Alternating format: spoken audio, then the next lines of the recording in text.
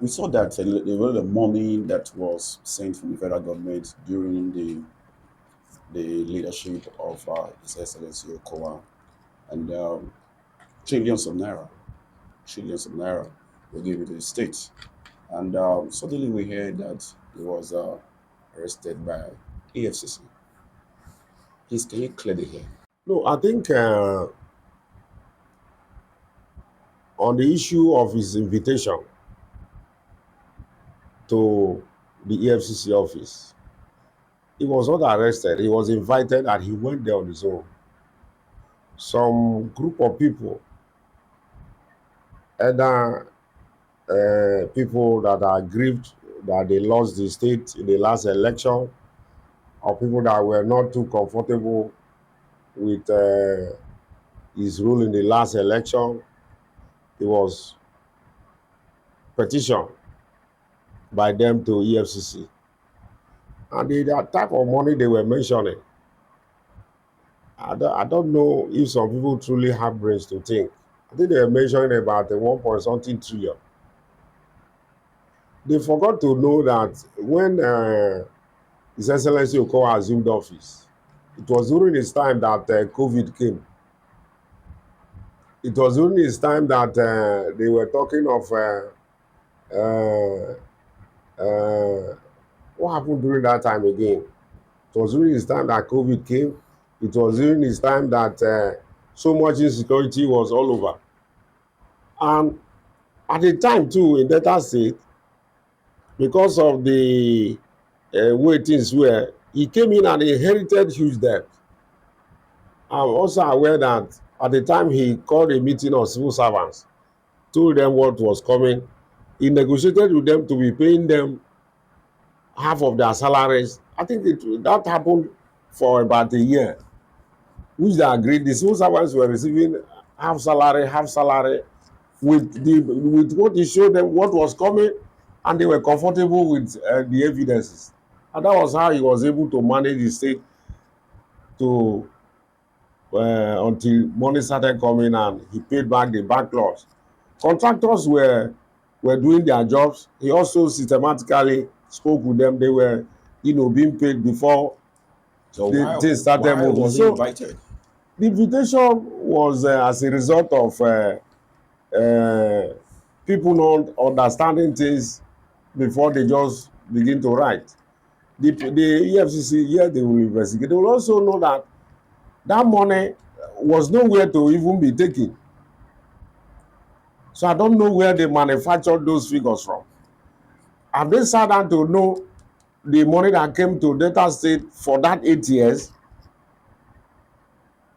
Because even when I did my own calculation, with that money they are talking about, that means he will comfortably be taking about 16 billion every month for himself. How possible is that? The calculation you did, is it the money that comes from the That is operation? that is the 1 point something trillion those people were mentioning that he took. Yes. For him to be able to do that without now I'm forgetting about the monies that he paid systematically to civil servants and all that. That type of money they mentioned that he took, the money cannot, the state didn't get that type of money. Bridges were going on, so many kilometer roads were being executed, contractors were being paid, civil servants were being paid. Or was it money that they were printing, or how it's not possible. Was So it's very the laughable. money he spent, is he on the budget? The money is spent Sure, in there that was nothing budget. he did that was not budgeted for. But for them to just openly say or write that he took 1 point something trillion, Do you think that before EFCC will invite you, they would have done no, investigation? no, no, no, no, no. They will invite anybody based on the petition received. Those that are working in EFCC, they are not Delta State workers. They are not in the Ministry of Finance. They are not in the works. They are not. So they believe, in the first place, they will look at the petition that has been written by these uh, mischief makers. They look at the petition. Based on the petition, he was invited and he got there and cleared himself. So but the most important thing is people don't just write petition because they don't like your face or they don't like your surname. A government should put measures in place where people must think before they act or write. Because if I don't like your face, I say okay, you have stolen 20 trillion, then they will just come and begin to arrest you.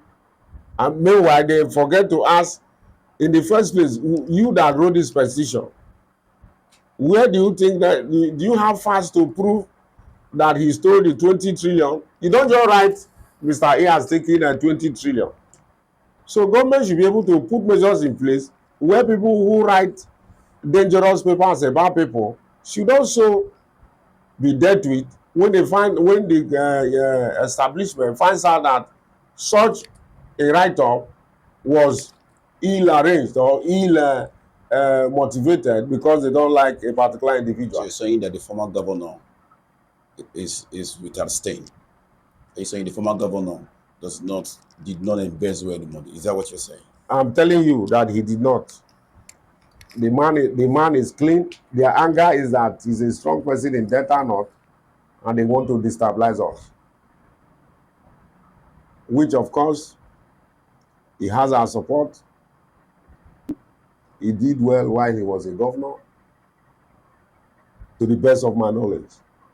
So those who that wrote funny petitions should be tracked down and punishment should be meted on them for writing things that are not true. So is the party taking it up? Sure. Because it's an indictment to your party. Yes, and it's not a good name to your market. it's an indictment. Sure, we are going to take it up of them. Yeah, the Bible said, forgive them for they don't know what they are doing. But for us to get the record straight, any of these persons that have written such a petition against an innocent person, we are watching for the government to also call them to order. If not, we'll beat ourselves in the court.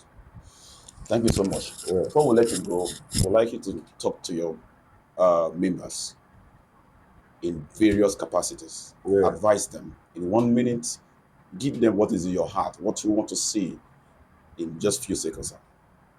Yeah, what I have to say is I plead with every member of the party to remain calm. We have to be one at all times. Our representatives should make sure they go on with the policies of the party. Most importantly, it's not just policies, humility is very important. Our representatives at all level, councillors, chairmen, commissioners, they should try their best to be humble and always be in touch with their people. Because politics is grassroots and grassroots is politics. We should remain calm. Gradually, the dividends of democracy will surely get down to the people.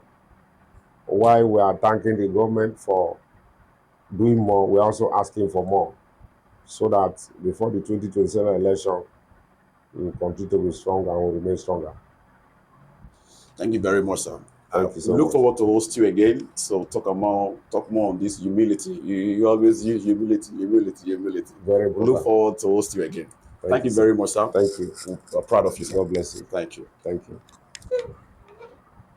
With me in studio today that we have discussed a lot today is no other person than Chief Anslem Nzete. It was a great time, and please keep watching Ukwania Maka TV and stay tuned. God bless you.